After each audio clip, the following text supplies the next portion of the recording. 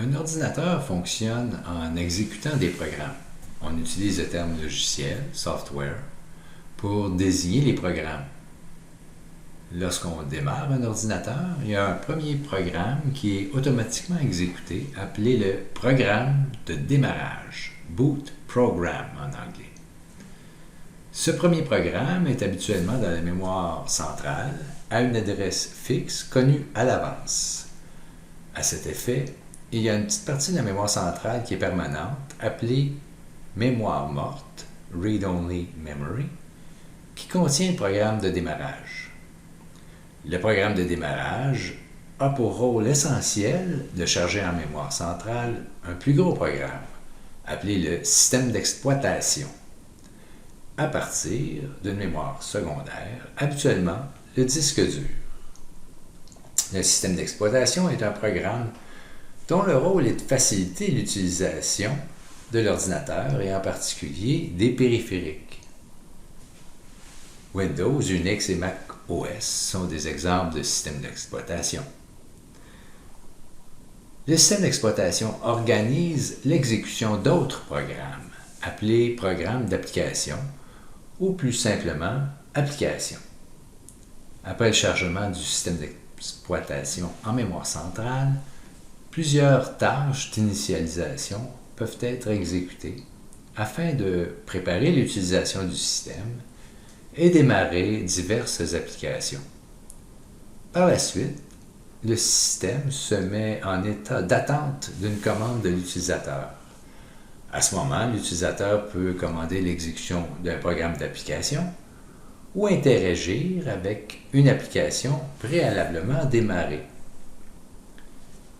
Le système d'exploitation offre habituellement deux types d'interfaces permettant d'invoquer les fonctions. Les interfaces en ligne de commande, Command Line Interface, CLI, ou les interfaces à l'utilisateur graphique, convivial, Graphical User Interface, GUI, basées sur l'utilisation de fenêtres, menus, boutons, etc. Dans le cas de Windows, l'interface en ligne de commande est aussi appelée fenêtre de commande Windows, en anglais Command Prompt, et Windows est l'interface graphique.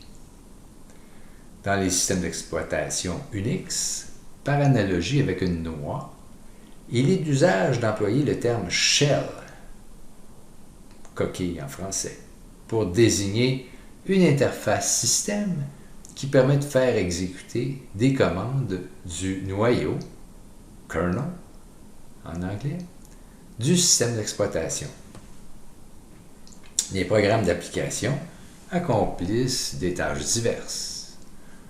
Par exemple, parmi les applications d'usage courant, il y a les programmes de traitement de texte, les chiffriers électroniques, les furteurs web, les systèmes de courriel, les réseaux sociaux.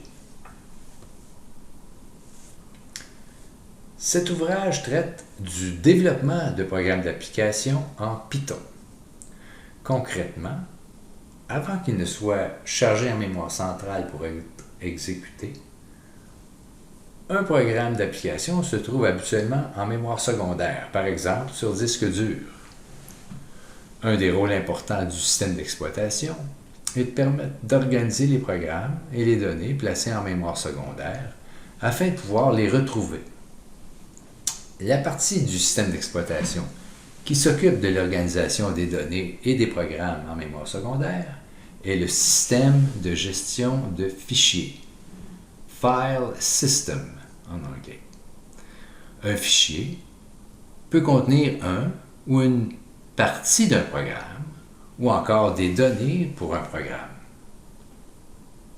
Le terme document sert souvent à désigner un fichier de données. En effet, un fichier peut par exemple contenir un texte produit avec un programme de traitement de texte. Le fichier est alors un document contenant des données du point de vue de l'application de traitement de texte. Le système de gestion de fichiers permet de regrouper des fichiers dans un dossier, aussi appelé répertoire. En plus des fichiers, un dossier peut lui-même regrouper d'autres dossiers et ainsi de suite, résultant en une hiérarchie de dossiers.